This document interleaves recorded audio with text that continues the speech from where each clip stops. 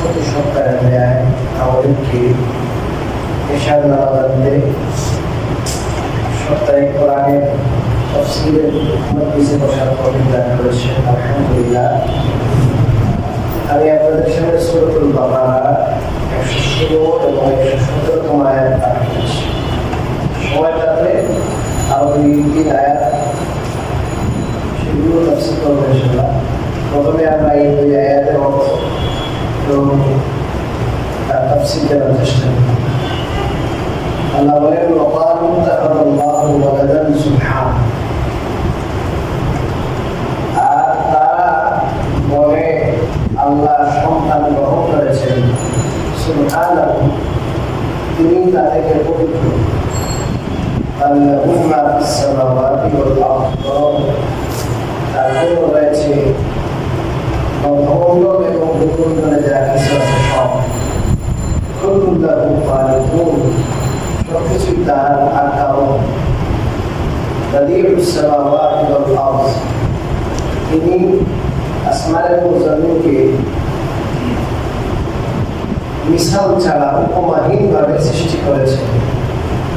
ওয়াইদা ক্বাদা আমরা, আর যখন তিনি কোনো বিষয়ে ইচ্ছা করেন, ফাইন্নামা ইয়াকুলু লাহু, তো তিনি তাকে বলেন কুন, হয়ে যাও, ফায়াকুন, তৎক্ষণাৎ তা হয়ে যায়। এর আগে ইহুদিদের কথা গেছে, খ্রিস্টানদের কথা গেছে। গত সপ্তাহে বলেছিলাম মুসলিমদের কথা, প্রত্যেকেই আল্লাহর জন্য সন্তান সাব্যস্ত করে। ইহুদিরা বলে উযাইর আলাইহিস সালামের জন্য আল্লাহ। খ্রিস্টানরা বলে ঈসা আলাইহিস সালাম আল্লাহর পুত্র। আর মুশরিকিন যারা ছিল, মুশরিক, এরা বলে যারা ফেরেশতা আছেন এরা আল্লাহর নাকি দেন। তাদের কথাটা খুব গুরুতর কথা। আল্লাহ রাব্বুল আলামিন এই আয়াতে তাদের সেই সব যুক্তি এবং আকীদা বিশ্বাসকে খণ্ডন করেছেন। তারা যে বলে আল্লাহ সন্তান গ্রহণ করেছেন, আল্লাহ বলেন সুবহানাহু, আল্লাহ সন্তান গ্রহণ করা থেকে পবিত্র। গত সপ্তাহে বলেছিলাম, প্রশ্ন উত্থাপন করে চলে গেছিল, বলেছিলাম সময় শেষ, এই সপ্তাহে যে অনেকে আমাদের কাছে আসে, বিয়ের অনেকদিন দিচ্ছে, সন্তান হয় না, কিছু কোরআনের তদবির দিয়ে এই সপ্তাহে দিচ্ছি। কালকে গুড নিউজ, আর 7-8 বছর হয়েছে বিয়ে সন্তান। অনেক ডাক্তারি চিকিৎসা কোরআনের তদবির আমার সাথে অনেক দিতে করতেছে। এটা একটা অসম্পূর্ণতা, এটা একটা অযোগ্যতা, এটা মানুষের বিশাল বড় দুর্বলতা। দুর্বল হওয়া হয়, এর কি হয় না সন্তান। আল্লাহর জন্য সন্তান গ্রহণ করেছেন এটা বলা, এটা আল্লাহর জন্য দুর্বল, এটা আল্লাহর জন্য দোষের ব্যাপার। মানুষের জন্য সন্তান গ্রহণ না করা, সন্তান এটা মানুষের জন্য দুর্বলতা, এটা মানুষের একটা দোষ। আর আল্লাহর জন্য সন্তান সাব্যস্ত করা, সন্তান গ্রহণ করেছে বলা, এটা দোষ। কারণ কারণ হলো মানুষ তার মুখাপেক্ষি। আমরা যারা মানুষ আছে আমরা মাখলুক, মাখলুক মানে যাকে সৃষ্টি করা হয়েছে, আমরা সৃষ্ট, আল্লাহ আমাদের স্রষ্টা। মানুষের সন্তানের প্রয়োজন হয় কেন? মানুষের সন্তানের প্রয়োজন হয় মানুষ যেহেতু মুখাপেক্ষি।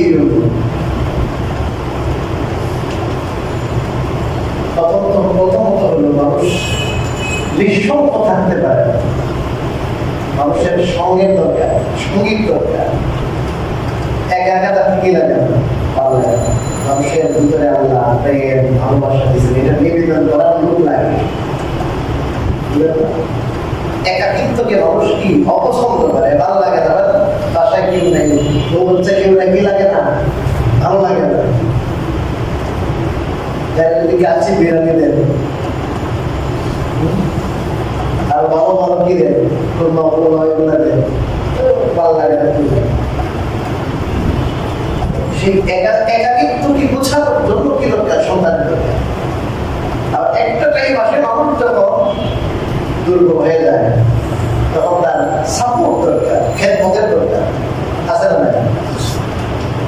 আবার অনেক সময় রুজি রোজগারের জীবিকারই বাহির জন্য, তবে আমার আল্লাহ দিলে দুইটা ছেলে আছে, একটা আমেরিকায় থাকে, আমার মাসে মাসে 50,000 টাকা পাঠায়, আর একটা দুবাই থাকে, সেও মাসে দেওয়া বলেন না। তো চিন্তা করে কারণ আল্লাহ দুইটা মেয়ে, তিনটা মেয়ে, একটা ছেলে তো দিচ্ছি, তো ছেলে দিয়ে কি করবেন? মাইয়া বলে ছেলে দিয়ে কি করবেন? মানে ছেলে তো আসল। স্বামী যদি আমার ছেড়ে দিতে পারতাম না, আমার স্বামীর বয়স হয়েছে, স্বামীকে মারা দিব, আমার থেকে 10 বছর বয়স বেশি, মেয়ের বয়স 30 আর ওর বয়স 40, কমপক্ষে 10 বছরের কি থাকে, ডিস্টেন্স থাকেনি না, বেশিরভাগ। এখন চিন্তা করে যে আমার ভবিষ্যৎ কি হবে, আমার একটা ছেলে যদি হয়, আমার জামাই যদি ছাড়ে অসুবিধা নেই, আমার ছেলে আমার দেখবে, আমার একটা ছায়া থাকবে। এগুলো নিয়ে মানুষ এই সমস্ত চিন্তা থেকে খবর করে, শুধু মেয়ে হলে হবে না, কিও লাগবে, কথা বলেন না, ছেলে লাগবে। ছেলে, এই ছেলে আমার ভবিষ্যৎ, ছেলে আমাকে সাপোর্ট দেবে, আমার অভাব হবে না, সমস্যা হবে না, রিজিক রুটির সমস্যা হবে না আমার ছেলে। এই যা কিছু বললাম, এই সব কিছু মানুষের মহতাজ, মানুষের মুখাপেক্ষি, এটা প্রমাণ। আল্লাহ যদি সন্তান আছেন বলেন, আল্লাহ যদি বলেন সন্তান আছে, তাহলে তো আল্লাহকে মুহতাজ সাবিত করা, প্রমাণ করা হলো যে আল্লাহ অভাব আছে, আল্লাহ লোক লাগে, লোক ছাড়া আল্লাহ হয় না, আল্লাহ সাপোর্ট লাগে, সাপোর্ট ছাড়া হয় না। এটা কত বড় জিনিস। আল্লাহ সবচেয়ে বড় গুণ হলো আল্লাহ এক, আল্লাহ এক, একক। আপনি বলে দেন আল্লাহ আল্লাহ সামাদ, মানে ও মুখাপেক্ষি, যিনি কারো প্রতি কি নয়, মুখাপেক্ষি নয়, যিনি কারো মুহতাজ নয়।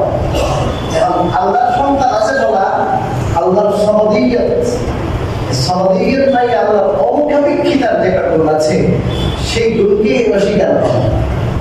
আল্লাহ কি থাকেন না, একক থাকেন না, কারণ আল্লাহ কি লাগে, কথা বলেন, আল্লাহ সন্তান লাগে, আল্লাহ আরেকজনের মুহতাজ, তখন তো আল্লাহ একক থাকেন না, আল্লাহ তখন বেরিয়ে আসে, আল্লাহ অমুখাপেক্ষি থাকেন না। এই জন্য এটা গুরুত্ব পাওয়া, তাকে বুঝতে পারলাম। এই জন্য সূরা মারিয়ামের শেষের দিকে আল্লাহ রাব্বুল আলামিন বলেছেন, وقالوا اتخذ الله ولدا, তারা বলে আল্লাহ কি করেছেন, সন্তান গ্রহণ করেছেন।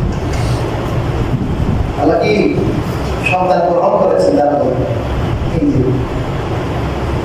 সূরা মারিয়ামের শেষে এই আল্লাহ রাব্বুল আলামিন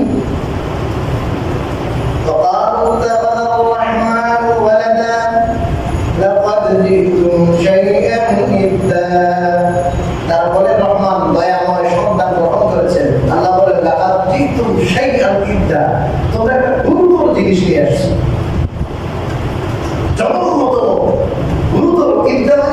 জিনিসটা খুব গুরুতর, মারাত্মক মুক্তি তুলে করেছে। এটা কেমন মারাত্মক, কেমন গুরুতর? আল্লাহ বলেন তাকাদুস সামাওয়াতু يتفطرن منه وتنشق الأرض وتخر الجبال هدا। যে মনে হয় এই কথার কারণে সকল আসমান ফেটে যাবে, وتنشق الأرض জমিন খন্ড বিখন্ড হয়ে যাবে, وتخر الجبال هدا আর পাহাড় চূর্ণ বিচূর্ণ হয়ে যাবে। এত গুরুতর, এত গুরুতর। এই কথা বলে কারা? পৃথিবীর সবচেয়ে সংখ্যাগরিষ্ঠ খ্রিস্টানরা বলে, সংখ্যাগরিষ্ঠ খ্রিস্টানরা বলে ঈসা আলাইহিস সালাম আল্লাহ কি। আর একটা সত্য কথা বলে, ঈসা আলাইহিস সালামকে আল্লাহর পুত্র সাব্যস্ত করলো কেন?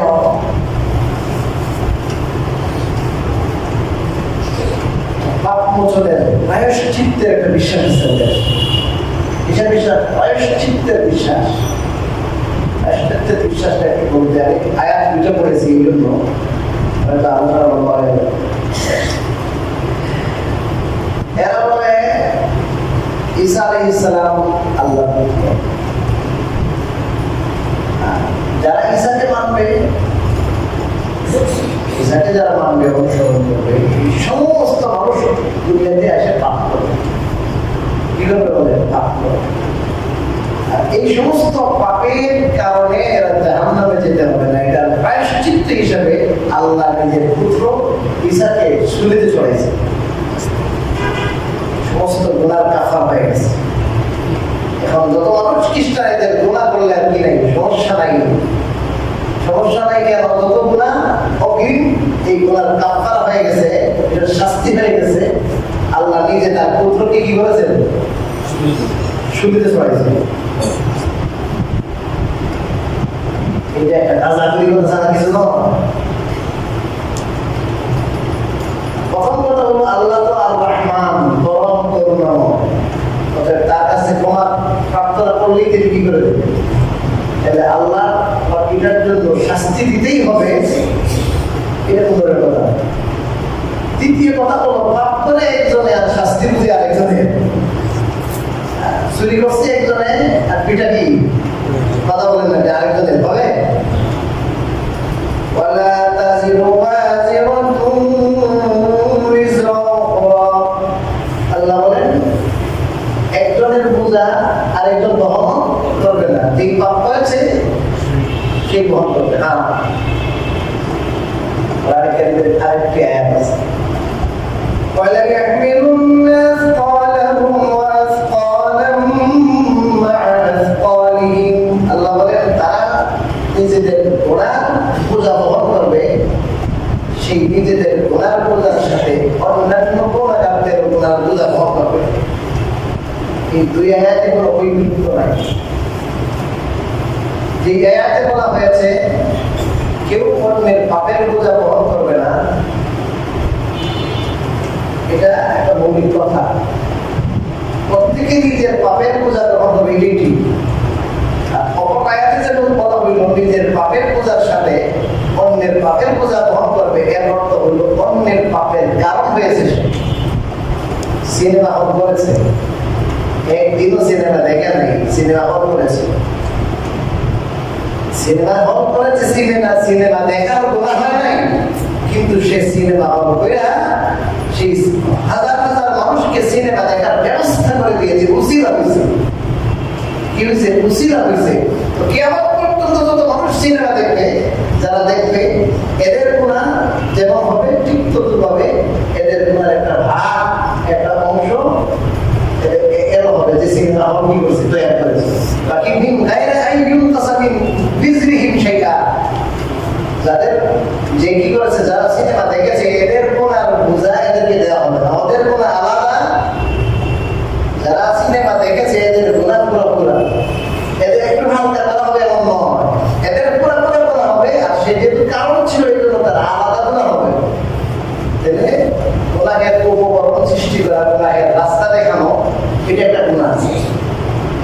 এটা নিজের বুঝাই, এই বুঝাটা কার হলো বলেন? নিজের। কারণ নিজের কৃত কামাই, নিজের কৃত এটা অন্যের কামাই না। যদি এমন হইতো এর গুণা হয়েছে মনে করেন 100 থেকে 10 যে সিনেমা হল বানাইছে তার বেতন না 100 ঠিক আছে, আর এর স্বতন্ত্র কি হবে বোঝা হবে যে তুমি আরেকজনের সিনেমা দেখার ব্যবস্থা করে দিলা কেন? এইগুলো মোবাইল কিনে দিছে না, দুলাভাইয়ের মোবাইল কিনে দিছে, মেয়ের জামাইয়ের মোবাইল কিনে দিছে ছেলেকে, 8 পড়ে মেয়েকে দিছে, তারা বলে না আমার মেয়ের জামাই খুব ভালো, বিদেশ থেকে আসতে 50,000 টাকা মোবাইল আনছে আমার মেয়ের জন্য, বিয়ে হয় নাই মেয়ে, মেয়ের বিয়ে হয় নাই, ছেলের বিয়ে হয়নি, লেখাপড়া করে, এখন চেটিং করে, অবৈধ প্রেম করে, সিনেমা দেখে, ফর্ম দেখে, এখন যত গুণা হচ্ছে এর গুণা হচ্ছে। আর আপনি যে দিলেন আপনি জানেন সমূহ সম্ভাবনা আছে, সমূহ সম্ভাবনা আছে, তারপর দিলেন কেন? এই জন্য আপনার গুণা যে দেখেছে, অবৈধ সম্পর্ক স্থাপন করেছে, ছবি দেখেছে, সিনেমা দেখেছে, পর্ব দেখেছে, এই দেখার গুণা আপনি মোবাইল দেওয়ার কারণে হয়, এই দেখার গুণা আলাদা, আর মোবাইল দিলেন কেন, উসিলা হইলেন কেন, এটা আলাদা। কথা বুঝতে পারলো? এটা ইসলামের আকীদা, ইসলামের বিশ্বাস, এটা যৌক্তিক কথা। যে পাপ করবে এই পাপের সাজা তাকে ভোগ করতে হবে। আর ওদের কথা হলো ঈসা আলাইহিস সালামকে যারা মানবে, কিয়ামত পর্যন্ত যারা তার অনুসারী, যারা মানবে, সমস্ত মানুষের গুনাহের কাফারা অগ্রিম আল্লাহ ঈসাকে সুলিত সরাইয়া এটা কাফারার ব্যবস্থা করে ফেলেছে। এখন কি করবো? গুনাহ করার সমস্যা, এটা বিশ্বাস। এই জন্যই তো এর আগে বম্বিং করতে, বোমা মারতে ওদের দিল কাঁপে না, এদের জুলুম করতে কোনো সমস্যা নাই, কারণ যত জুলুম করতে হলে অসুবিধা নেই, যত বেবিচার করো অসুবিধা নেই, যত পাপ করো অসুবিধা নেই, অমানবিক আচরণ করো অসুবিধা নেই, আগেই অগ্রিম কি হয়ে গেছে। এটা যে এই বিশ্বের জন্য, পুরো একটা পৃথিবীর জন্য যে কত বড় একটা অসম্বিধা। কারণ যে মানুষ তার আখিরাতে আযাবের কোনো বিশ্বাস নাই, যে মানুষ তার আখিরাতে আল্লাহর কাছে সওয়াল জবাব হবে এমন কোনো বিশ্বাস নাই, এই মানুষ যদি দুনিয়াতে থাকতে তাহলে কি হবে বলেন? এই জন্য এই ইহুদি আর এই খ্রিস্টান যারা আছে, এই খ্রিস্টান বিশেষ করে এদের এই বিশ্বাসের কারণে, প্রায়শ্চিত্তের বিশ্বাসের কারণে দুনিয়াতে মানুষ শান্তিতে নেই, একটার পর একটা যুদ্ধ, একটার পর একটা যুদ্ধ। এই প্রায়শ্চিত্তের বিশ্বাস থেকে তারা বলে ঈসা আলাইহিস সালামকে আল্লাহ নিজেই তার পুত্রকে কি দিয়েছে? শহীদ করেছে। ইসলামের বিশ্বাস, ইসলামের আকীদা, এটা গলত কথা।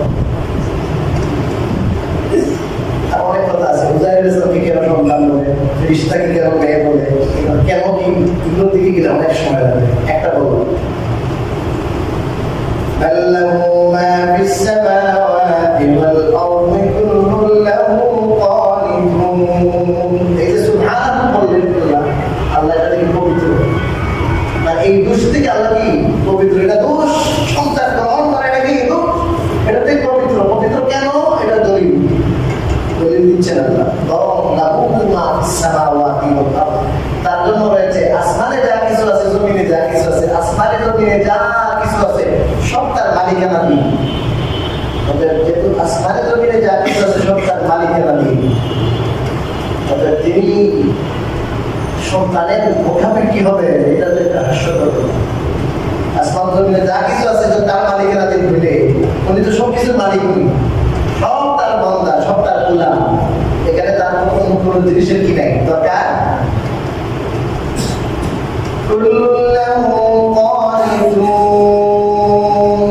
কথাটা আরো ক্লিয়ার করতেছে, সবাই তার অনুগত, তার একটা মানে কি অনুগত। বুশ নাই, বাইডেন, নেতানিয়াহু, সবাই তার অনুগত। যে সমস্ত মানুষ অনুগত নয়, এর একটা ব্যাখ্যা আছে। পৃথিবীতে আল্লাহ বলছেন আসমান জমিনে যা কিছু আছে, মানুষ ছাড়া যত কি আছে, জীব আছে, এই সমস্ত জীবের উপরে আল্লাহ রাব্বুল আলামিনের হুকুম আছে, এই সেই হুকুম অনুযায়ী চলতেছে। মানে উদাহরণ, আল্লাহ এই প্রাণীকে 4টি দিয়েছেন, পা দিয়েছেন, সে ওইভাবে চলতেছে, 4 পা, 2 পা দিয়ে চলে না। যাকে 2টা দিয়েছেন, এর 4 পা নাই, আনুগত্য করছে। আল্লাহ যাকে এই সিস্টেমে রেখেছেন ওই সিস্টেমে তাকে চলতে হবে। কাফের বেঈমান যারা আছে এদের উপর আল্লাহর কিছু বিধান আছে, এমন মুসিবত আছে, এই মুসিবত শেষ হইতে পারে এটা আসছে। আল্লাহর কোনো হুকুম যদি হয় ওই হুকুম প্রত্যেক মানুষের উপরে সে যত ক্ষমতা ধরো ওটা তার উপরে কি হয় প্রযোজ্য হয়, এই হুকুম থেকে সে বের হতে পারে। এটাও একটা আনন্দের অর্থ। আনন্দের অর্থ শুধু এটা না যে সবাই আল্লাহর হুকুম পুরা করে আল্লাহর আদেশ মানে নিষেধ মেনে চলে, শুধু এই অর্থ বুঝতে পারবেন। সবাই আল্লাহর অনুগত আজ্ঞাবহ। বেশিরভাগ ক্ষেত্রে তো সবাই আজ্ঞাবহ, আল্লাহ যা বলেন শুনে। আর কিছু কিছু ক্ষেত্রে যারা মাসিয়ত করে গুনাহ করে এদের ব্যাপারটা আমরা এভাবে বুঝবো যে এদের উপর আল্লাহর অনেক হুকুম আছে। আল্লাহ তাআলা যখন যার ব্যাপারে যেটা এরাদা করেন এর বাইরে তারা যেতে পারে না। মনে করেন ইসরায়েলের উপরে হামলা হয়েছে না, ইসরায়েল কি চায় আমার উপরে হামলা হোক? এটা চায় নাকি? আল্লাহর হুকুম হয়েছে ইসরায়েলের উপরে কি হবে? হামলা হবে। ইরান ওয়ালার দিনের মধ্যে আল্লাহ বলেছে তোমরা কি করো? হামলা করো। আর ওই হামলাটা যে হয়েছে কোথায়? ইসরায়েল। এইটা হলো অনুগতের অর্থ।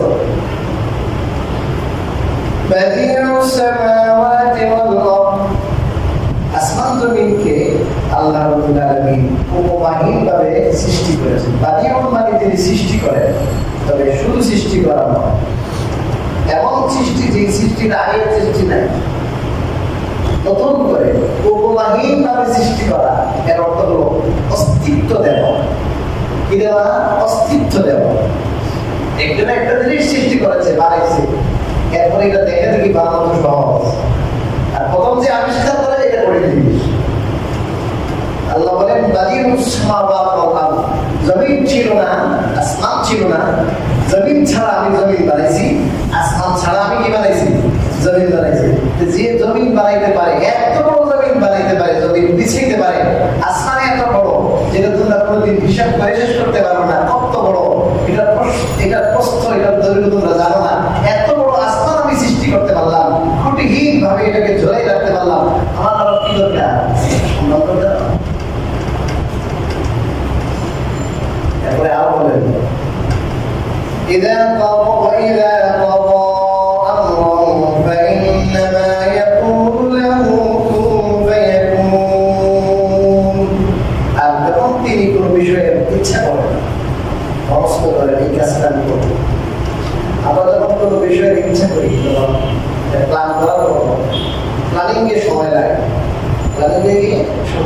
এরপরে বাস্তবায়নে অনেক সময় লাগে। কি লাগে বলেন? বাস্তবায়নে সময় লাগে কিনা? অনেক সময় লাগে বাস্তবায়নে।